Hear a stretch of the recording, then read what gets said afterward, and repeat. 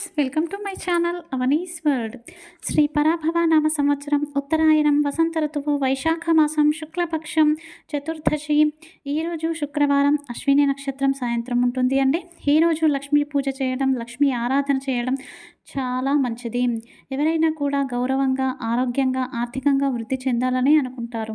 ఈరోజు మనము కనకదుర్గ నామాన్ని జపించడం వలన మనకి సంకల్పం అనేది సిద్ధిస్తుంది. మన మనసు ఆలోచనలు నిష్కల్మషంగా మారి బంగారంలాగా ఉండాలని మనం ప్రార్థించాలి. కనకము అంటే బంగారము, ఇంకొక అర్థం ముక్కు పుడక. ఓం కనకదుర్గాయ నమః, ఓం కనకదుర్గాయ నమః, ఓం కనకదుర్గాయ నమః. అందరూ కూడా ఈ నామాన్ని ఈరోజు 108 సార్లు జపించండి. ఇక ఈరోజు మంచి మఠం. మనం జీవితంలో కొన్ని సందర్భాలలో ఇతరులకు ప్రామిస్ చేస్తూ ఉంటాము. ప్రామిస్ అంటే సత్యము, అంటే వాగ్దానము, మాట నిలబెట్టుకుంటాను అని చెప్పడము. చేతిలో చెయ్యి పెట్టి మోసం చేసే వ్యక్తిత్వాలు కూడా మనకి ఈ ప్రపంచంలో కనిపిస్తూ ఉంటాయి. ఎప్పుడైతే మనం ఇతరులకు మాట ఇచ్చి వారిని వంచన చేస్తామో, మోసం చేస్తామో, ఆ పాపం దానంతట పాపం, మహాపాపం ఇంకొకటి ఉండదు. ఎన్ని యజ్ఞాలు చేసినా, హోమాలు చేసినా కూడా మీ మనస్సాక్షికి విరుద్ధంగా మీరు బ్రతికితే ఏం ప్రయోజనం? ఒకరి జీవితాన్ని నాశనం చేయాలని ఎప్పుడూ అనుకోకూడదు. ఇతరులకు మనం ఏదైనా ఇవ్వాల్సి ఉన్నప్పుడు, మనం కష్టాల్లో ఉన్నప్పుడు వారు ఏదైనా సహాయం, ఆస్తి కానీ, నగలు కానీ, ఇంకేదైనా వారు సహాయం చేసి ఉంటే దాన్ని ఎప్పుడెప్పుడు తీస్తామా, ఎప్పుడెప్పుడు రుణముక్తులు అవుదామా అని చెప్పేసి మనం ప్రయత్నించాలి. కానీ ఆ రుణాన్ని మనం ఉంచుకునే ప్రయత్నం చేయకూడదు. ఒక చిన్న కథ. ఒక ఊర్లో ఒక కుటుంబం ఉంటుంది. తల్లి, తండ్రి, కూతురు, కొడుకు ఉంటారు. ఇక అక్కడ ఇక్కడ అప్పు చేసి చాలా గొప్పగా, గౌరవంగా, పేరు ప్రతిష్టలతో బ్రతుకుతూ ఉంటారు. జనాలందరూ వీళ్ళ దగ్గర చాలా ఆస్తి ఉంది అని అనుకుంటూ ఉంటారు. కానీ వారంతా అప్పులు చేసి డాంబికాలకు పోతూ ఉంటారు.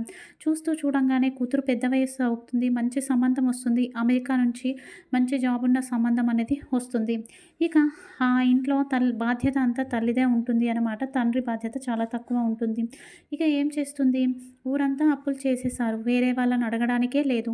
ఇక ఇంటి పక్కన ఉన్నవారితో స్నేహం అధికంగా ఉండడం వలన పక్కింటి ఆవిడ దగ్గరికి వెళ్ళి, నాకు ఇలా డబ్బులు కావాలి, నీ బంగారాన్ని ఇస్తావా? మా అమ్మాయి పెళ్లి చేసుకొని అమెరికాకి వెళ్ళిన తర్వాత బాగా సంపాదించి ఇస్తుంది, నేను నీకు తీర్పుతాను అని చెప్పేసి తెచ్చుకుంటుంది. ఇక పెళ్ళి ఘనంగా చేసిస్తుంది. చేసిన తర్వాత కొన్ని రోజులకే ఆ భార్యాభర్తలు అనేది విడిపోతారనమాట. అమెరికాలో పెళ్లి చేసుకున్న వాళ్ళు. ఇక మళ్ళీ ఇంటికి వచ్చేస్తుంది. ఇక ఈ పక్కన అప్పుగా ఇచ్చిన బంగారాన్ని రిటర్న్ ఇవ్వమంటే ఎంత అడిగినా ఆమె ఇవ్వదు. ఇక ఆమె భర్త దగ్గర, పిల్లల దగ్గర అవమానాలు పడి పడి చివరికి ఆమె చనిపోతుంది. ఆ తర్వాత సంవత్సరంలోగానే ఈ నలుగురు కుటుంబం ఉన్న ఎవరైతే మోసం చేశారో వారు, కూతురు, కొడుకు, భర్తతో సహా అందరూ యాక్సిడెంట్లో చనిపోయారు. చూసారు కదండి, మనం ఒకరికి అన్యాయం చేస్తే కర్మ అనేది అస్సలు వదలదు. 10 మంది రిటర్న్ అనేది అన్యాయం చేస్తారు మీకు. దయచేసి మీరు ఎవరికి కష్టాన్ని తీసుకురావడం, ఇతరులను మోసం చేయడం, మాట ఇచ్చి దాన్ని నిలబెట్టుకోకపోవడం లాంటివి చేయకండి. మాట ఇచ్చేటప్పుడే ఆలోచించండి.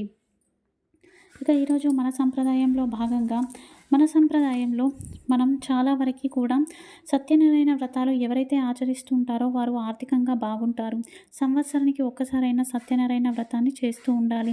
అదేవిధంగా ఎవరి ఇంట్లో అయితే నిత్యము కలశం పెట్టుకుంటూ ఉంటారో ఆ కలశం ఉంటే చాలా మంచిది. 365 డేస్ కలశాన్ని ఎండిపోనివ్వకుండా చూసుకుంటూ ఉంటారు. అది కూడా చాలా మంచిది. ఇక కొంతమంది డబ్బున్న వారైతే ఉత్తర దిశకు చిన్న చిన్న లాకర్స్ పెట్టుకుంటారనమాట. అంటే అందులోంచే ఫైల్స్ కానీ, చిన్న చిన్న నగదు కానీ తీసుకుంటూ పెట్టుకుంటూ ఉండేలాగా ఉత్తరం దిశగా ఏర్పాటు చేసుకుంటారు. ముఖ్యంగా ఎక్కువగా అప్పుగా ఎవరి దగ్గర డబ్బులు తీసుకోరు. ఉన్న దాంట్లోనే వాళ్ళు సంతోషం, సంతృప్తి చెందుతారు. అదేవిధంగా ఎవరైనా ఇంటికి వస్తే ఖచ్చితంగా తాంబూలం ఇస్తారు. ఆ తాంబూలంలో కొంత దక్షిణ, కనీసం ₹1 అయినా పెట్టి ఇంటికి వచ్చిన అతిథులకు తాంబూలాన్ని సమర్పించుకుంటారు. ఇలాంటి చిన్న చిన్న విషయాల వల్లనే ఆర్థికంగా అభివృద్ధి అనేది జరుగుతూ ఉంటుంది.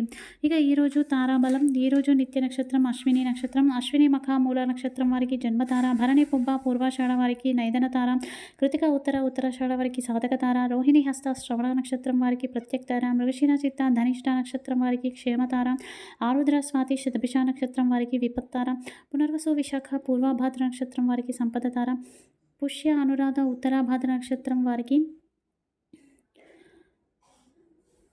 విపత్తార, ఆశ్లేష జ్యేష్ఠ రేవతి నక్షత్రం వారికి క్షేమతార. ఇది ఈరోజు తారాబలం. ఈరోజు వాస్తు పరిష్కారంలో భాగంగా ఏ ఇంట్లో అయితే నార్త్ సైడు వెలుతురు లేకుండా ఉండడం, క్లోజ్ చేసి ఉండడం లాంటివి ఉంటాయో ఆ ఇంట్లో బద్ధకం అనేది ఉంటుంది. నిద్రాదేవి ఆవాహన అనేది ఎక్కువగా ఉంటుంది. ఎప్పుడు కూడా నార్త్ సైడ్ విండోస్, డోర్స్ ఉండాలి. అవి ఓపెన్‌లో ఉండడం వలన ఆ వైపు నుంచి వచ్చే గాలి మన శరీరాన్ని శుద్ధి చేస్తూ ఉంటుంది. ఉదయం ఎవరైతే సంతానం లేనివారు సంతానం కోసం ఎదురు చూస్తున్నారో, అదేవిధంగా గర్భవంతులు సత్సంతానం కోసం ఎదురు చూస్తున్నారో, వారు రేపు ఉదయాన్నే గంధం పొడి కలిపిన నీటిని రావి చెట్టుకు సమర్పించుకోండి. ఖచ్చితంగా సత్సంతానం కలుగుతుంది. ఇక ఇంట్లో ఎవరైతే విష్ణు సహస్రనామాన్ని పారాయణ చేసి విష్ణువుకి ఏదైనా నైవేద్యం సమర్పిస్తారో, దేవతా శాపాలు తొలగిపోతాయి. అలాగే విష్ణు సహస్రనామాన్ని పారాయణం చేసి ఏదైనా పదార్థంలో కాస్త నువ్వులు కలిపి కాకులకు ఆహారంగా తినిపించినట్లయితే పితృదోషాలు తొలగిపోతాయి. తప్పకుండా ఆచరించండి. ఈరోజు సాయంత్రం యోగక్షేమం ఆర్థికాభివృద్ధి కోసం, వ్యాపారాభివృద్ధి కోసం ఈరోజు సాయంత్రం లక్ష్మీదేవి ముందు ఆవ నూనెతో దీపారాధన చేసి తామర పూలతో కానీ, ఎరుపు రంగు పుష్పాలతో కానీ పూజించి కనకధార స్తోత్రాన్ని పారాయణ చేయండి. ఈ పూజను స్త్రీలైనా, పురుషులైనా ఎవరైనా ఆచరించవచ్చు. తప్పకుండా చేయండి. ఆర్థికాభివృద్ధి కలుగుతుంది. వ్యాపారంలో అభివృద్ధి జరుగుతుంది. ఇది ఈరోజు video. Thank you for watching.